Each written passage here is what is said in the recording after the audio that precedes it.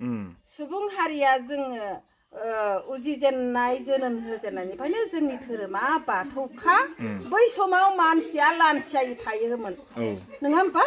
बै समनिफ्रायनो जों जि गाननो रोङि समनिफ्रायनो जोंनि बर' हारिनि धोरोमा बाथौआनोखा जालायना गुबुन हारिनि गेजेराव थानायखाय गुबुननि धोरोमखौ लाबाय नामा गुबुन धोरोम बेलेग ओंखारबाय नामा बिदि सन्देह आरोना जेनेबा गोसोफ्राव सानफ्लाङो आरो आंबो दानि सानफ्लांगारदों ना बोरैबा बिदि आरोखि हेलो लोगोफोर good morning to everyone welcome to back my Raju दंस YouTube channel आं दिनै जाय फिन खेबसेबाव आंनि राजु दंस यूट्यूब चैनलाव फिन खेबसेबाव बरायना लालायबाय आङो दायो नोंथांमोननि सिगाङाव मोनसे गोदान भिडिअ लाना फैलायबाय आङो दायो मोनसे जायगायाव मोनफैखाबाय बे जाहैबाय एखेबारे मिरि गामि माने मिसिं गामि गेजेराव आरोना दाख्लै जे आङो आलि गाङावहाय मोनसे भिडिअ लाबोदोंमोन ना जोंहा आंनिनो सोमोन्दोआव आबै जायो आरोना आं दायो बिथांमोननि न'आव मोनफैबाय आं दाख्लै एसे खिन्थाखादोंमोन नङा होमबा बिथांमोना माने बिराद बोसोरनि उनावहाय जों माने उन्दैनिफ्रायनो बिथांमोनहा माने नैबे गुबुन हारिनि गेजेरावहाय न'खरसे आरोना मानि थाखाय बिथांमोनहा बै समनिफ्राय मानि थाखाय फैनांगौ जाखो आरो माने फैनानै बेवहाय माने रायजो जाफैनांगौ जाखो माने बिस्रा अलरेडि हाबो दंखायोमोन बिथाबो दंखायोमोन ओमफ्राय माने मानि थाखाय गारनानै फैनानै माने गुबुन हारिजोंहाय गेजेराव हाबफैनानै बोरैजाय माने रायजो जाफैलायनाय जानांगौ जाखो माबा मोनसे रहस्य दंबो जानो हागौ बा थानोबो हागौ बा थायाबो जानो हागौ आरोना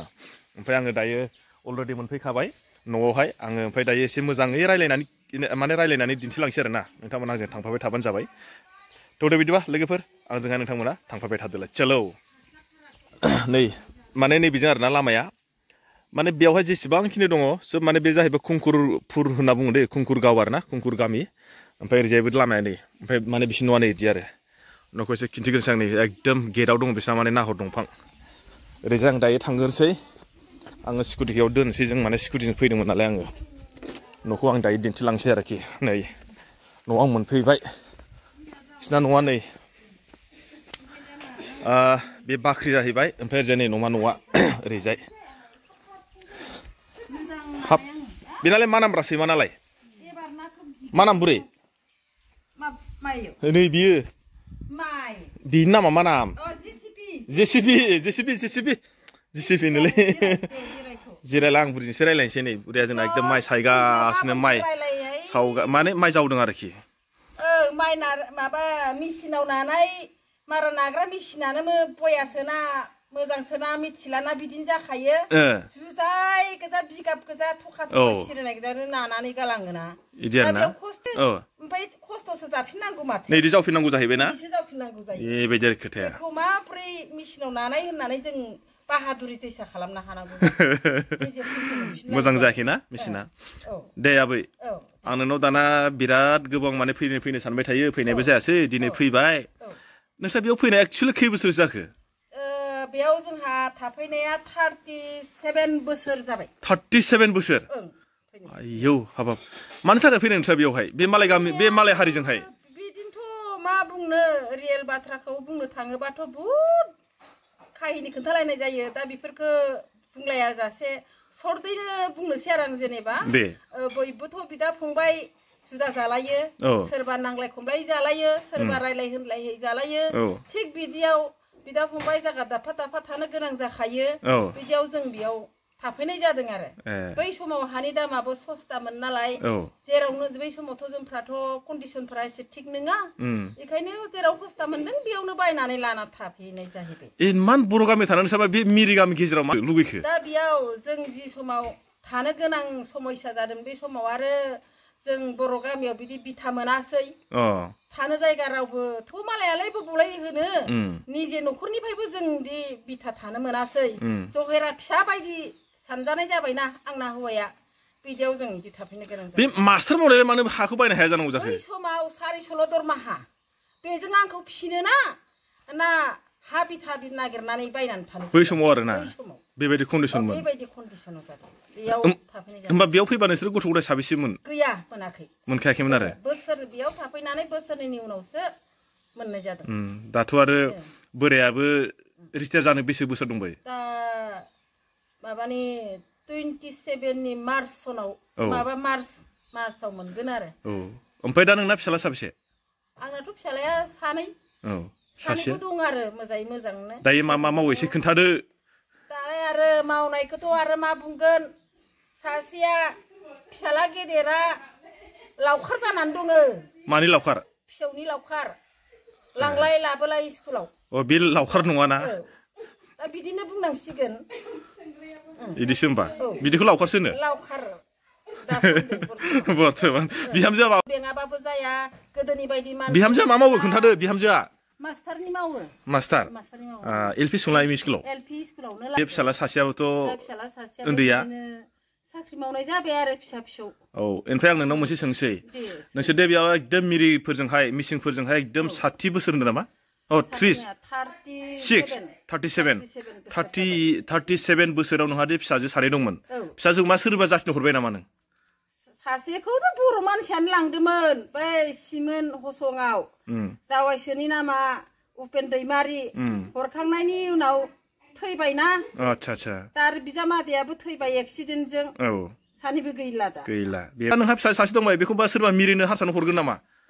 माबावलाय मिरि जाथियाव दं मालाय माबाव मिरिनो हरनो बर'फोरनो हरनोसै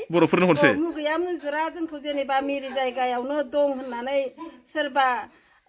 मिरि गेजेरनिफ्रायबाबो सोरबा बासिनानै लाङोबा लांबाय लाङाबाबो थागोन आरो आं जागोन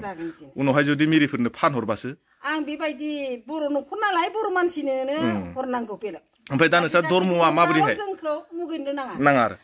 ओमफ्राय दा नोंस्रा मा धर्मआ मिरिफोरजों सोलियो ना मायो आंनि धोरोमा बाथौ धोरोम बिबार बाथौ आंला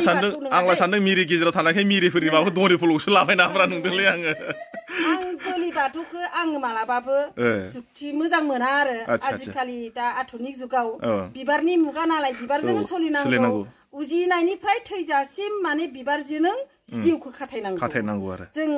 सुबुं हारिया जोङो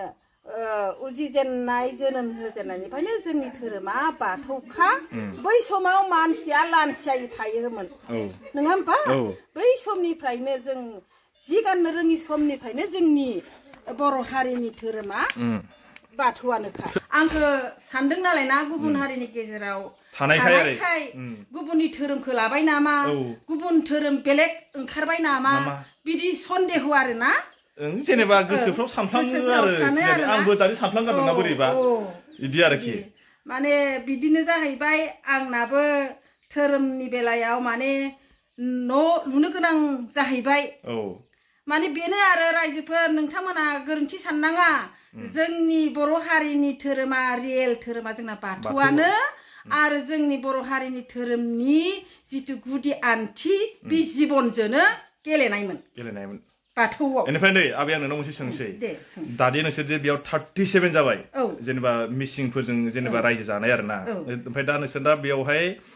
खै गसर दं नोंस्रा गामियाव जेनेबा मिसिंफोर आरो जेनेबा नोंस्राथ' दाथ' रायजोआथ' मिसिंजोंसो नालाय खै गसर दङ जोंनि न'खरा दा मिसिंफोरजों जोंहाजों माने 36नि न'खर 37 ओमफ्राय बेयाव बर'फोर न'खरबेसे दं ओरैनो नै बे खंखर गामिनि रायजोजों जोंहा न'खरसेल' आरो आंजों खाथियाव दङ बर' न'थाम न'ब्रैसो बिसोरो ओरै बाहनि रायजोजों आरोना ओमफ्राय मालाबा नोंसोरो रायजो जानायनि बेलायावहाय जेनेबा ओइ बेसथ' जेनेबा गावसोरजों रायजो जाफाबाय नालाय धर्मनि खेथ्रआव मालाबा बुङो नामा जोंनि धर्मखौ लादो नोंसिनिखौ लानांला रायजोआव थानायनाय हिसाबै बिदिखौ बुंनो हाया बयहाबो गावबा गावनि न'खरनि धोरोमा धोरोम रायजोजों थांनाय धोरोमा रायजोजों सोलिनांगौ आरो बेबायदि आरो बेनिफ्राय दाथ' नोङो ओमफ्राय बर'फोर नोंनि फिसाजोफोरखौहाय बे एकदम 37 नालाय गथ'फ्रा बेयावसो जोनोम जाजोबदोंथ' ओमफ्राय गथ'फोरखौ नों मा मिडियामाव फोरोंजोबनाय सानै इंलिश मिडियाम सानै बर' मिडियाम समान थेवब्लाबो जे बर' मिडियामाथ' बेयाव गैया नोंनिफ्राय खाथियाव गैया बेखायनो आङो बर' मिडियाम खाथियाव गैयिखायनो गोजानाव बर' मिडियामबाबो गोजानाव हरनांगासे आरो इंलिश मिडियामाव होबाबो होनांगासे बेखायनो आं गोजानाव जि गैया सानैखौ इंलिश मिडियामाव होनोसै सानैखौ बर' मिडियाम होनोसै बै समाव बर' मिडियामाव गथ'फोरखौ गेदेर सानैखौ होदोंमोनब्लाबो बहुत खस्थ'नि गेजेराव हरनाय जादों आरो नोलोबारि एलपि स्कुलाव ना खमसे खम बेनिफ्राय 8 किल'मिटार जागोन खोमा ना 8 किल'मिटार जागोन बेनिफ्राय 6 किल'मिटार मामुलि गोजान नङा आरोखि बे समाव नङा होमबा खमबाबो 5 किल'मिटारा खाथांखा ओमफ्राय दाथ' माने बिहामजो सासे लाबोनांगौ दङ नङा होमबा बिहामजोखौ माखौ लाबोगोन नोंलाय मिरिकसो लाबोसिगोन ना होमब्रा आं सानफ्लांगारोलै माने मिसिं गेजेराव थानायखाय मा मिसिंसो बिहामजो लाबोसिगोन ना होमब्रा ओमफ्राय गथ'फ्रा मिरि रोंजोबना रोंजोबा नोंसिना मिसिं गासिबो मिरि रायलायो आंल' माने मोजांहाय स्पष्ट रोङा बुजिया आरो बै फिसाला उन्दैया मिरिखौ बुजिजोबबाबो बेनियाबो सालाया जेनेबा मिरिखौ रायलायनो रोंला ओमफ्राय नोंना फिसाला उन्दैया माने खै बोसोर जाखो साख्रि मावनाया दा बोसोरनै जालांबाय बोसोरनै जालांबाय होमबाथ' दायो बुरियाथ' गोसोआव मोजां मोनदों खोमा फिसालाफ्रा मोजां जाजोब्बाय गोसोआव मोजां मोननाय मोनि माने फिसाला खांजोबनायमोन नालाय आं फरायहोबावनो गोसोमोन आरोना ओमफ्राय बिदिनो आं जेरैबायदि मालायनि न'खराव गिदिर गोलाव फरायनाय दं MA BA पास जानाय आंना न'खरनिफ्राय साख्रि मोनदोंबाबो एसे उपयुक्त शिक्षानि दिगाव खारनो हायाब्ला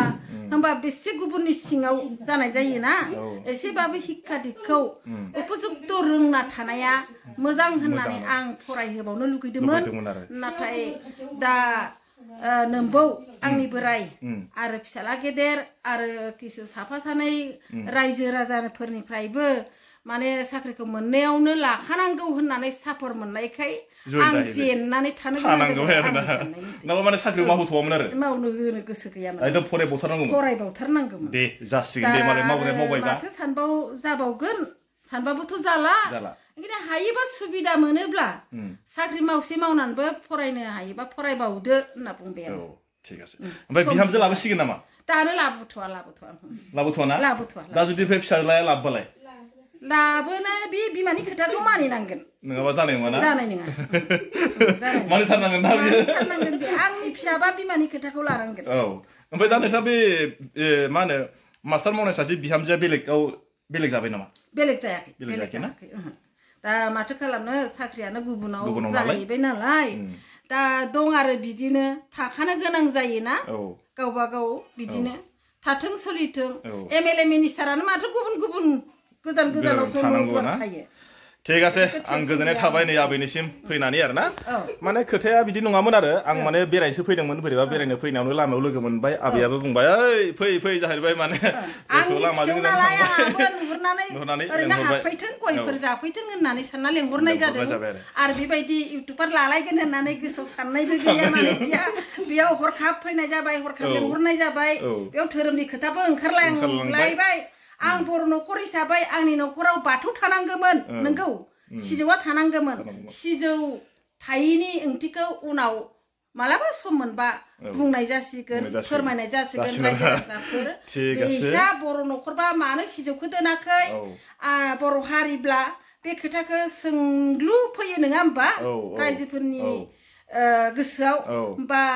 नोंथां इउटुबारनि गोसोआवबो फैदों निश्चय सानदों ओंखायनो आंबो सोंफ्लांगारदों आरो माने मिरि गामियाव थानायखाय बिसा मिरिनि माबाखौनो लाबायनाब्रा आंना गोसोआव फैदों माने बुंफुदलु होनोसै आङो मिथिनो लुगैदोंब्ला नै जोंना बर' हारि बाथौ हारिया मोदाय हारिखा बर' हारि बाथौ हारिया इसिं अखं थाखायोखा बारि खनायाव बिसहरिनो होखायोखा बे बेलायाव आंनाव जेनेबा इसोरफोरा बुंफैबाय गाबै जोंखौ हाग्रा बुंग्रा दोननांला बारि खनायाव एरसोना दोनखुमानांला होनना बुंबाय बास्तबनो सानाव दागा मागा आंजोंनो बे बेलायाव जोङो गिखांनाय मोनबाय बादावखांनाय मोनबाय बेबायदि गिखांनाय बादावखांनायजों समखिखांनानै जों न' लुनानै दोननो गोनां बायध' जादों जायखौ जोङो बारि खनायाव बर' हारिया एरसोना दोनो नाथाय बर' हारिनि धोरोमारिनि गेजेराव जोङो नैबे बारि खनायाव थाग्रा जायखौ होनदों बिसहरि जोंनि गासै बाथौ धोरोमारि गौथुमा बेखौ लाफायाखै जोंनि जातिगत धोरोम हिसाबै जों जिथु बाथौ सिजौ बेखौल'सो जोंहा जातिगत धोरोम हिसाबै सिनायथिखौ लानाय जादों आरोना ओंखायनो एसेबाबो बुंफुरलानानै होनायजों लोगोसे जि जोंहा आइ बिमा उन्दैबो होननाय जालायलांदों आरो बेखौ बिसहरिखौ आं न' सेख्ला मोखाङावनो न' लुनानै दोननाय जादों आरो बेयाव गुबुन बे धोरोमा बे धोरोमा गुबुन नङा जोंनि बर' जाथि गथ'नि धोरोम बिबार बिलाइनि धोरोम एखेयानो नङा होमबा एखे बुजिजासिम थैजासिम बेयाव बोलि बिदाननि खारबार गैया लोमजा साजा दुखु आफोरबाबो बिबार बिलाइजोंनो हामनांगोन बिबार बिलाइजोंनो सबखौबो मानिनांगोन बर' न'खर बर' जाथि ठीक আছে गोजोननाय थाबाय आंबो आबैनिसिम माने रोजा रोजा साबायखर होबाय मानसिफ्रा माने फ्राय मानसिया नुनानै सिनायखाबाय जानांगौ बे जाहैबाय जोंहा गगामुग हालामनि सिङाव थानाय खुंखुरपुर गामियावहाय आरोना जोंहा नै आबैया जोंहा आबैनि हासबेन्डआ आबौआ मास्टार मावो बारा गोबाव गैला होनदों माने रिटायार जानाया ओमफ्राय माने बिस्रा फिसाला सानै फिसाला सासेया अलरेडि बेलेगाव थायो बिहामजोआ अलरेडि माने बेलेगाव सार्भिस खालामो नालाय ओमफ्राय दा आरो फिसाला उन्दैया अलरेडि माने दिनैसिम बोसोरनै जाबाय नामाथाय माने फरेस्ट गार्डआव जयेन जानाया आंबो माने फ्राय मिथियो आरो थेवब्लाबो माने फ्राय मानसिया मिथिब्लाबो बिथांमोना माने दहाय खिन्थिखाबाय आबैया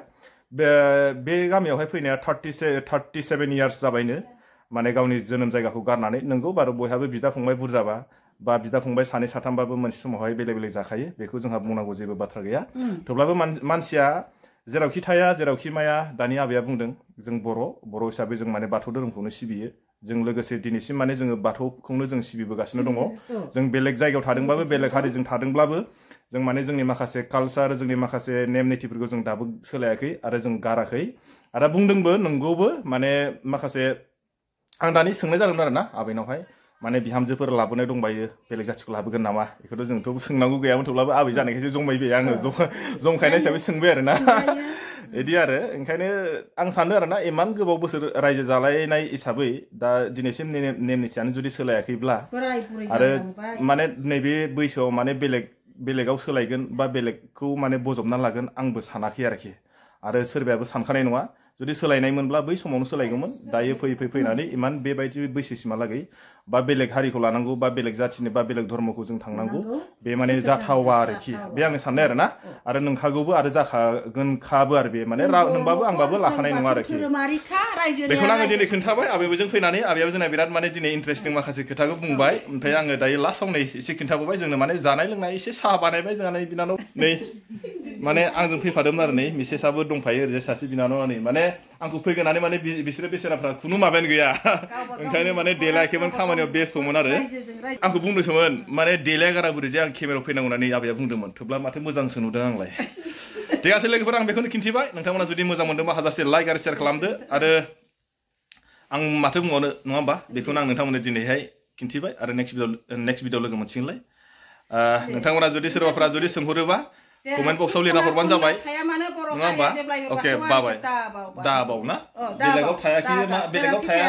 औ मानो गावनि धोरोमखौ मालाबाबो दागार गावनि न'खरनि धोरोमानो जोंनिया बाथौ धोरोमखा रायजोनिया रायजो आलदाखा ठीक আছে अके बाय बाय बाय बाय